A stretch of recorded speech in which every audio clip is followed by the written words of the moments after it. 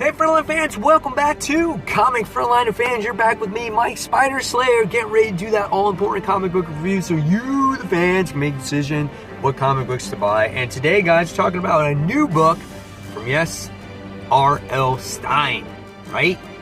We all know who he is. He writes Goosebumps. And if you have not read a Goosebumps book or watched the Goosebumps movie or watched the episodes of Goosebumps one time or another, then I would say almost you're kind of living under a rock. I mean, everybody has got to heard of this writer before.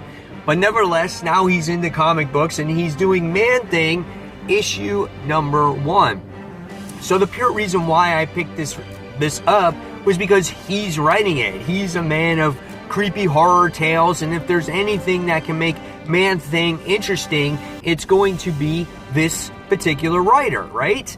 And I don't know that much about Man-Thing. To me, he looks a lot like Swamp Thing, and they're almost like the same character. In many ways, I would get them confused on what origin is what.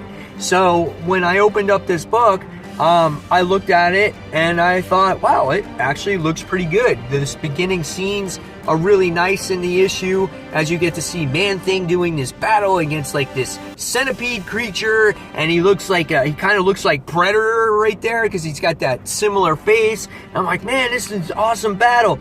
And so as you go through the issue, he's very detailed and whatnot, and it looks good.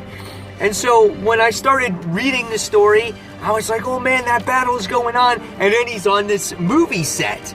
And you're just like, what? He's on a movie set? I'm like, he's an actor. So basically, he's been flown in to do this job, this acting job. And they're trying to get any type of superhero movie together. And after he was doing this scene, we wound up seeing the director or the guy that's in charge of production actually brings him in, and he's like, yeah, sorry, it's not work. We've been taking some polls and on the focus groups, and he's like, yeah, you're not gonna cut it.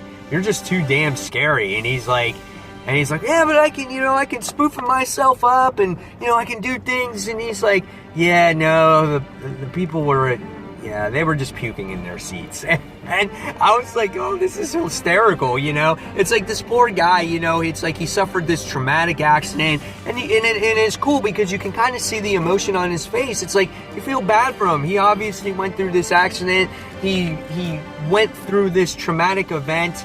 And he got his memory back, and he got his speech back, and he's trying to make a living for himself. But wherever he goes, he's this ugly beast, And you feel bad for the guy. So what the book does then is it dives into his origin story, which as a reader I could appreciate, especially if you never read Man-Thing. There's not much Man-Thing comics out there. They haven't written them in years. So they go into his history, his origin, on how he became what he is today. His name is Ted Sallis, and they're after this serum, which is kind of like a super soldier serum, and he was working for the army. People were chasing him. He injects himself with this serum to try to get away from the bad guys, and you see his transformation take place. And the way the story is told, the narration in the story, it's told really well as you're listening to a horror story or something like that. And it was really well done. And you get to see him emerge as the Man-Thing, and it was so cool. And so, as the issue progresses, you wind up seeing that there's a duplicate Man-Thing out there. So there's already a clone, but really it's his other self. So some way, somehow, he separated himself from his evil form to his form that he is today. So, and you see them going into battle, and then that's how the particular main story ends. So when you get to the, you still see that there's pages at the end of the book. So you're like, wow, what's going on here?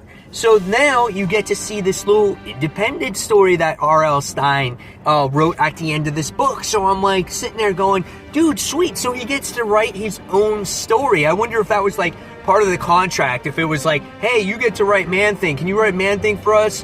We'll let you write some creepy, your own story at the end of each issue or whatnot. So you get to read the backstory of this, and it's about this guy who's after this girl's ring. And this ring chooses its host, and it either kills you, or it either gives bad fortune, or it gives you riches and fame and beauty and whatever not. So this guy winds up using his girlfriend to try to get this ring. And you can see the artwork is really well done in this book.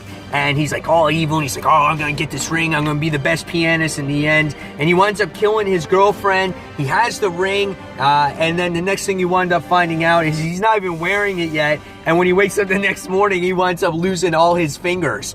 And it was maybe 2 seconds when I started reading this book, or this particular page, I was invested into this story. I was like, oh my God, this is a nice little horror story. You know, it really felt like you were getting sucked in, and I wanted more of that story. I really, really enjoyed it. I was like, I actually, believe it or not, liked the backup story more than the main story. If that was the whole comic, I would have been like, yeah, that's great, because it's like an independent part of the book. So it was really a lot of fun. So, what did I think of the overall book? I thought the book was great. I like the character of the Man-Thing. I like how he's in Hollywood and he's trying to fit in and trying to be an everyday Joe Schmo, and he just kind of can't. He's just this awkward-looking, smelly-looking beast that people puke all over the place. It's just a lot of fun, and him fighting himself is quite interesting. What R.L. Stine will do with the character in the future, I'm not sure yet, but it was a great introductory issue. The narration was wonderful, and the backup story was just as great, if not better, and you might want to buy this just for that. So guys, in the comments below, tell me what you thought of this book, and as always, fans, thank you for watching Comic Frontline, and until the next comic book review, this is Mike Spider Slayer signing off. Take care. See you soon. Bye.